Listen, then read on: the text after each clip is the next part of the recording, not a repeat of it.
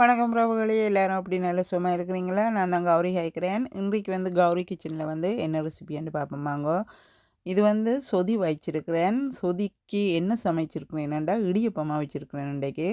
அதுக்காக ஒரு சூப்பரான ஒரு சொதி சமைச்சிருக்கிறேன். இடியப்பம் வந்து இன்றைக்கு வந்து ஸ்பெஷலாக குக் பண்ணியிருக்கிறேன். என்ன ஸ்பெஷலாக குக் பண்ணியிருக்கிறேன்னு சொல்கிறேன். அதற்கு வந்து ஒரு சூப்பரான சம்பலும் வந்து மேக் பண்ணியிருக்கிறேன். கேண்டலோப் ஃப்ரூட்டும் வந்து கட் பண்ணி வைத்திருக்கிறேன். அடுப்பில் இருந்து சொதியை இறக்கி வைத்திருக்கிறேன். இன்றைக்கு வந்து சொதியும் சம்பலும் மட்டும்தான் இடியப்பத்துக்கு சமைத்திருக்கிறேன். காரணம் வந்து ஃப்ரிட்ஜில் வந்து இறால் குழம்பு, மீன் குழம்பு எல்லாம் இருக்குது. அதனால் வந்து கூட நான் சமைக்கல. இடியப்பத்துக்கு வந்து எத்தனை விதமான வகைகள் வந்து நான் சேர்த்துருக்கிறேன்ன்றதை தான் பார்க்க போகிறோம்.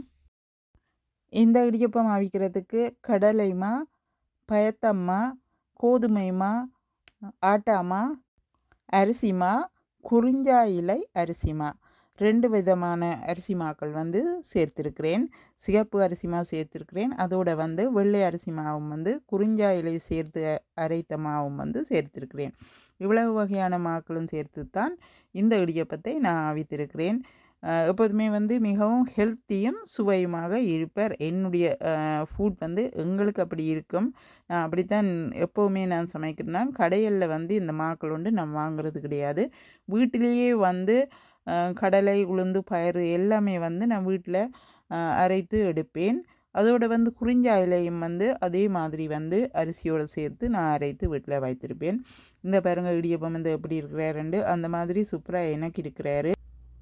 கடலைமா, உளுத்தம்மா, பயத்தம்மா இப்படியான வகைகள் அதோட வந்து குறிஞ்சா இலை இவைகள் எல்லாம் வந்து நீங்கள் சேர்த்து அவித்து சாப்பிடணும் இடியப்பம் புட்டு என்று நினைத்தால் அவைகளை நீங்கள் வறுத்து தான் ஆக்கி எடுக்க வேணும். அப்படி இல்லையெண்டா வறுத்தபடி கடையில் வாங்க வேணும். கடையில் வாங்குகிற மாக்கள் வந்து வறுத்தபடி நல்ல மாக்களாக வராது. அதனால் நீங்கள் இன்னமும் கொஞ்சம் வறுத்தெடுக்கணும். ஆனால் இடியப்பத்துக்கு வந்து அது சரி வருமா இல்லையான்னு எனக்கு சொல்ல தெரியாது. நான் கடை மாக்களில் வந்து நான் பாவிக்கிறது கிடையாது. இது வீட்டிலே நான் செய்து சமைச்சு சாப்பிட்றது. ரெசிபி மாதிரி ஃபுல் ரெசிபி உங்களுக்கு போடுறதுக்கு எனக்கு டைம் கிடைக்கிறது இல்லை, மன்னிச்சு கொள்ளுங்க. இந்த இடியப்பம் வந்து நான் சமைத்த மாதிரி நீங்கள் சமைக்க விரும்பினால் எல்லாத்தையும் வந்து கடலை வகைகளை வறுத்துட்டு அரைத்து எடுத்தீர்களாக இருந்தால் சரியாக இருப்பார். நார்மலாக இடியப்பம் குழைக்கிற மாதிரியே நீங்கள் குழைத்து எடுக்க வேணும். இப்படி வகைகள் எல்லாம் சேர்த்து நீங்கள் இடியப்பம் குழைக்கும்போது இடியப்ப வந்து கொஞ்சம் திக்காக வருவார். அதற்காக நீங்கள் சுடு தண்ணீர் வந்து கொஞ்சம் நல்ல கொதியில் இருக்க வேணும். 2 டேபிள் ஸ்பூன் ஆயில் சேர்த்துக்கொள்ளுங்க. கொஞ்சம் வந்து உப்பும் சேர்த்து குழைத்தெடுக்க சரியாக இருப்பார்.